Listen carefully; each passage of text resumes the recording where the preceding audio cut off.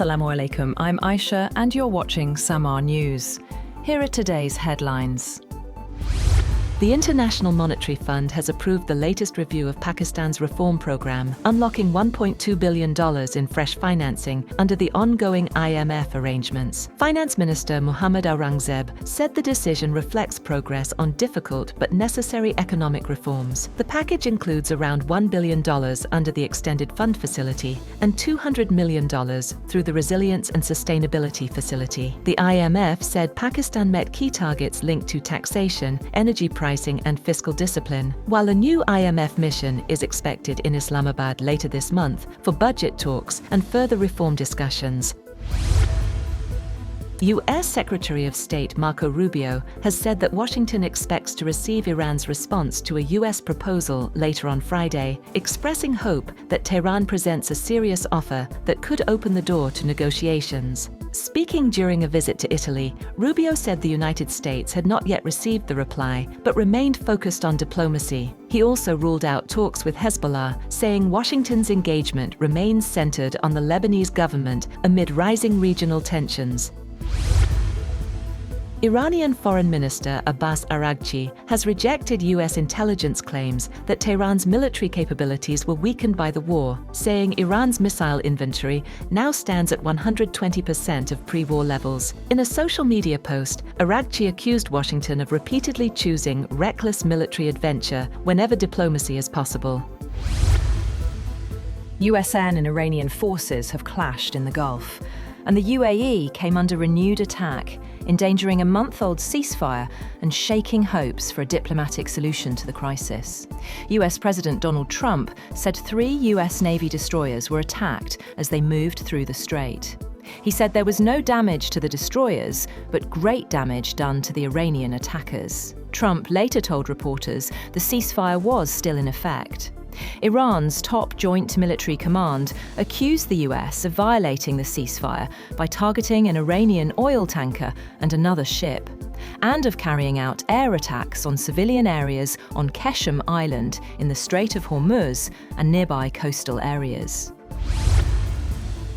US military naval units operating near the Strait of Hormuz have come under Iranian missile fire after the US military allegedly attacked an Iranian oil tanker. Iranian state media claimed US vessels were forced to retreat after sustaining damage. Iran's semi-official news agency reported that 3 US destroyers near the Strait of Hormuz were targeted by the Iranian Navy. US CENTCOM said Iranian forces launched multiple missiles, drones and small boats as the USS Truxtun, USS Rafael Peralta and USS Mason transited the Strait of Hormuz toward the Gulf of Oman. It said no US assets were struck.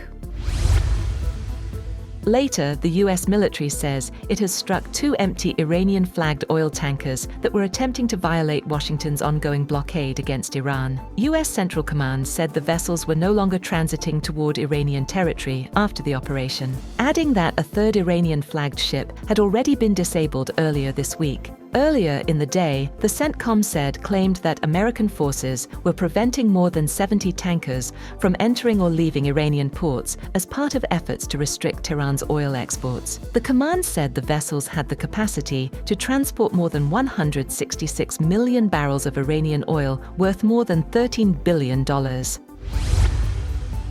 Iran's National Security Commission member Ali Kezrian has warned that Tehran will respond militarily to the US naval blockade, saying attacks on Iranian ships will not go unanswered. In an interview, he said that a naval blockade is considered a military act, and a military act receives a military response. Sporadic clashes between Iranian and US forces were reported in the Strait of Hormuz, though Iranian media later said the situation had calmed. The US military has carried out strikes on Iran's Keshem port and Bandar Abbas. A Fox News reporter, citing a senior US official, said the strikes did not mean the war was restarting or that the April 7th ceasefire had ended. The Fars news agency said residents heard multiple blasts near Bandar Abbas, though the exact source and location remained unclear. It later reported that parts of the commercial section of Bahman Pier were hit during what it described as an exchange of fire between Iranian armed forces and enemy forces.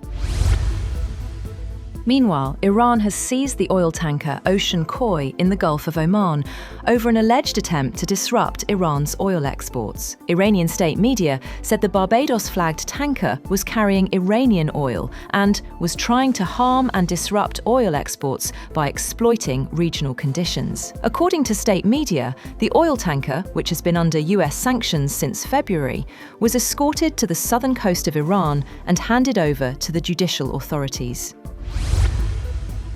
The United Arab Emirates has said that its air defense systems intercepted missile and drone attacks launched from Iran, as tensions in the Gulf continue to rise despite a fragile ceasefire. Tehran has not officially commented on the UAE claims, but Iran's armed forces accuse the United States of carrying out fresh airstrikes with the help of regional countries.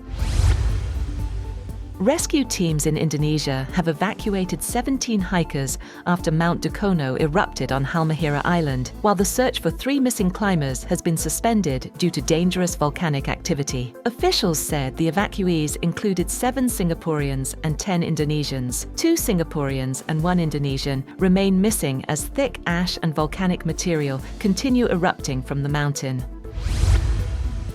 British Prime Minister Keir Starmer has vowed to fight on to deliver on his promise to bring change to Britain after his Labour Party suffered heavy losses in local elections that deepened doubts over his ability to govern.